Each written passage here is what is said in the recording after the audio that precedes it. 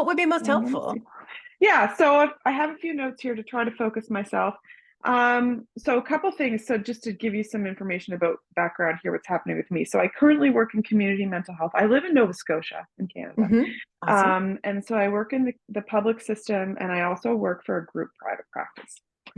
I am in the process of leaving the public system, and a colleague and I are starting a practice as well. Very nervous about the fact that hopefully the folks at my group practice don't see this before I talk to them about that. But anyway, my plan is to do both for a period of time, so my own with them, because that practice is actually in Ontario. So different province altogether. I know the hope would be eventually some of those clients are going to follow me, fingers crossed. So the main areas I'd like to focus on really today are around defining niche, which I know is an area you do a lot of. And maybe just start there, I guess. The other part is like getting my butt out of the door from the agency where I am too, and scarcity mindset stuff. So with regard to niche, I guess for me, it's like I love working with women who, they may not necessarily call it trauma, but showing up, it's less about how it shows up for them, whether that be disordered eating patterns, ADHD being its own piece of this puzzle sometimes, workaholic, pure OCD, anxiety, all of those, right? But I specifically enjoy working with clients who are looking for that deeper change. They're looking for things like IFS, EMDR, more somatic practice, and get caught in my own head about feeling like that's too woo-woo and worrying that they're going to perceive it that way and that referral sources will perceive it that way. Interesting. Yeah. In your area, how is it perceived? How is EMDR and IFS perceived? Yeah, so IFS is quite new here, I would say. There's very few people practicing, but it's starting to become more popular. With my Ontario clientele, because they're in Toronto, bigger city, more stuff happening, it's quite well received. Yeah. So that's kind of, I think, it's sort of cutting edge here. It's still very CBT is what like the medical world. I mean, there's a lot of if you're trying to work with doctors or anybody for referrals, that's kind of where they still are. So yeah, so that's a bit of why I think I have that fear. Yeah. Well, and you can have an incredibly successful practice without getting a single referral from a doctor. So, Good point. that's not necessarily something you have to navigate. Yeah. And I'll say, as somebody who's been a client of a therapist who does IFS and EMDR, it's weird, right? Like we can own that, it doesn't make logical sense in the way we think about therapy, that these things make such an incredible impact. But the words you used of wanting to go deeper, that appeals to a lot of clients, a lot of your ideal clients. Your non-ideal clients are going to want kind of the homework and just the reframing, the kind of more strict CBT stuff. Those aren't your ideal clients. So you don't have to convince them to go this other route. Your ideal clients may have already been in therapy before, and they're like, here I am, like I'm circling the drain again, but at a higher level than I was before because of the helpful therapy I've gotten. But here I am again, and I want to figure out how to not be in this situation again. So you can really speak to going deeper, like finding kind of root cause types of things, learning how to manage old patterns that you don't want to engage with anymore. Yeah. But we do need to know what they're coming in for, because it sounds like they're presenting concern is kind of all over the map and the underlying stuff. Yeah, and I get stuck there sometimes when I try to think about it because like I said, it presents so many different ways, but it's, at the end of the day, it is kind of the same thing. It's that not good enough. I have to keep doing, and maybe that's Yeah, I Yeah. I find mean, that the you can hardest, speak right? to the not good enough. I mean, there's Mhm, so much to say there, right? The daily lived mhm, experience of somebody who, no matter what they do, it's not for lack of trying to be good enough. mhm, No matter mhm. what they do, they never feel good enough for more than a moment. Yeah. And you can talk about that from a workaholism perspective. You can say some of my clients continue to try to prove themselves to their boss or prove themselves to Mhm, their bank account. Or, mhm, some of my clients are like they struggle with weight or food and body mhm, stuff, mhm, and they're trying to feel good enough there.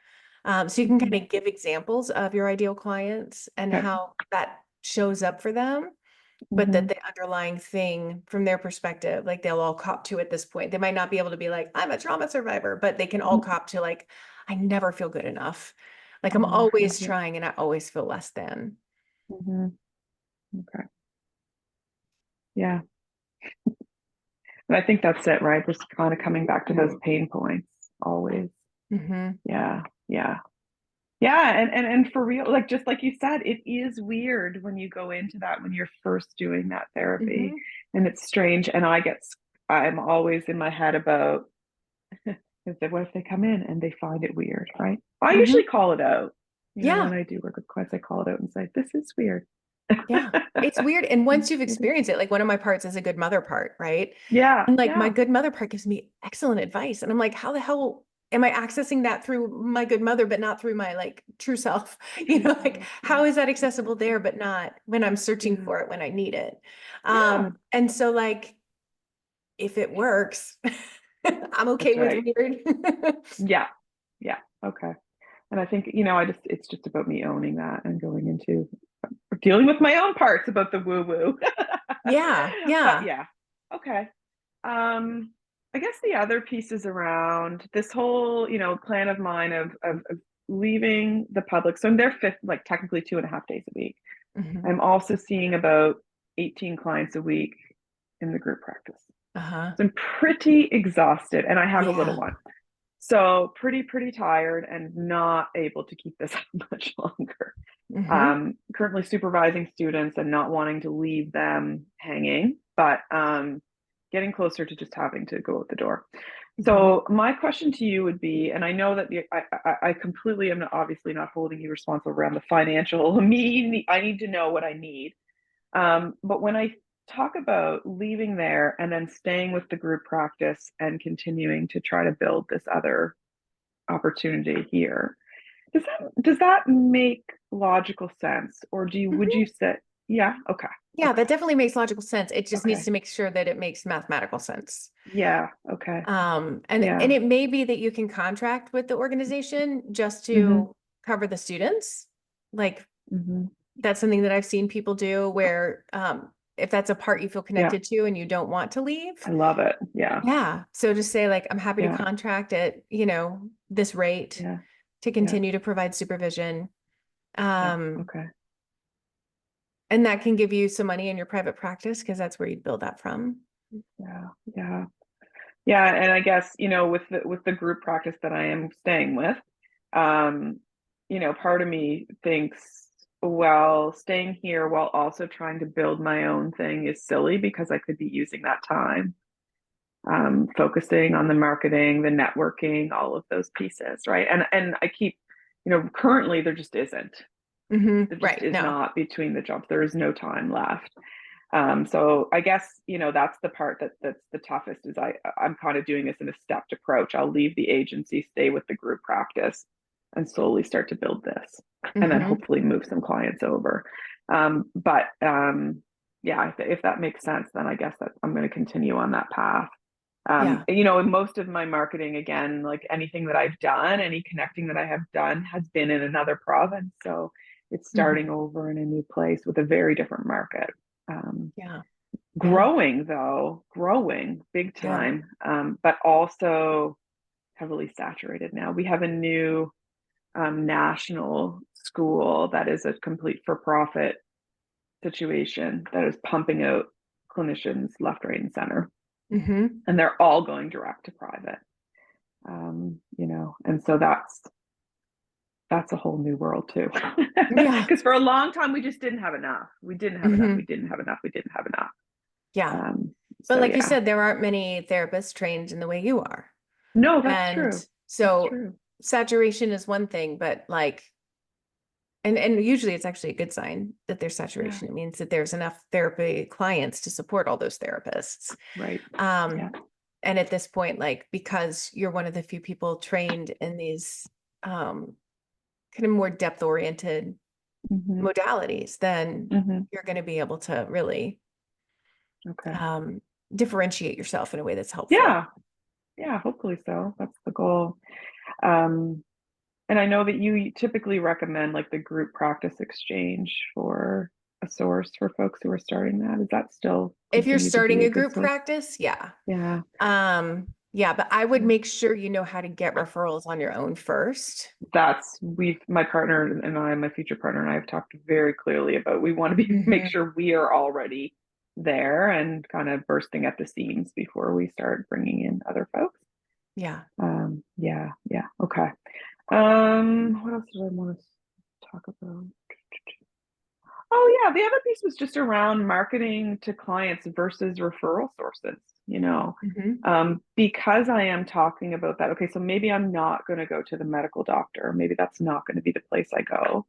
Um, but even still, like with this being newer here, Hmm. I feel like there's a fair amount of EMDR happening, but not very much IFS.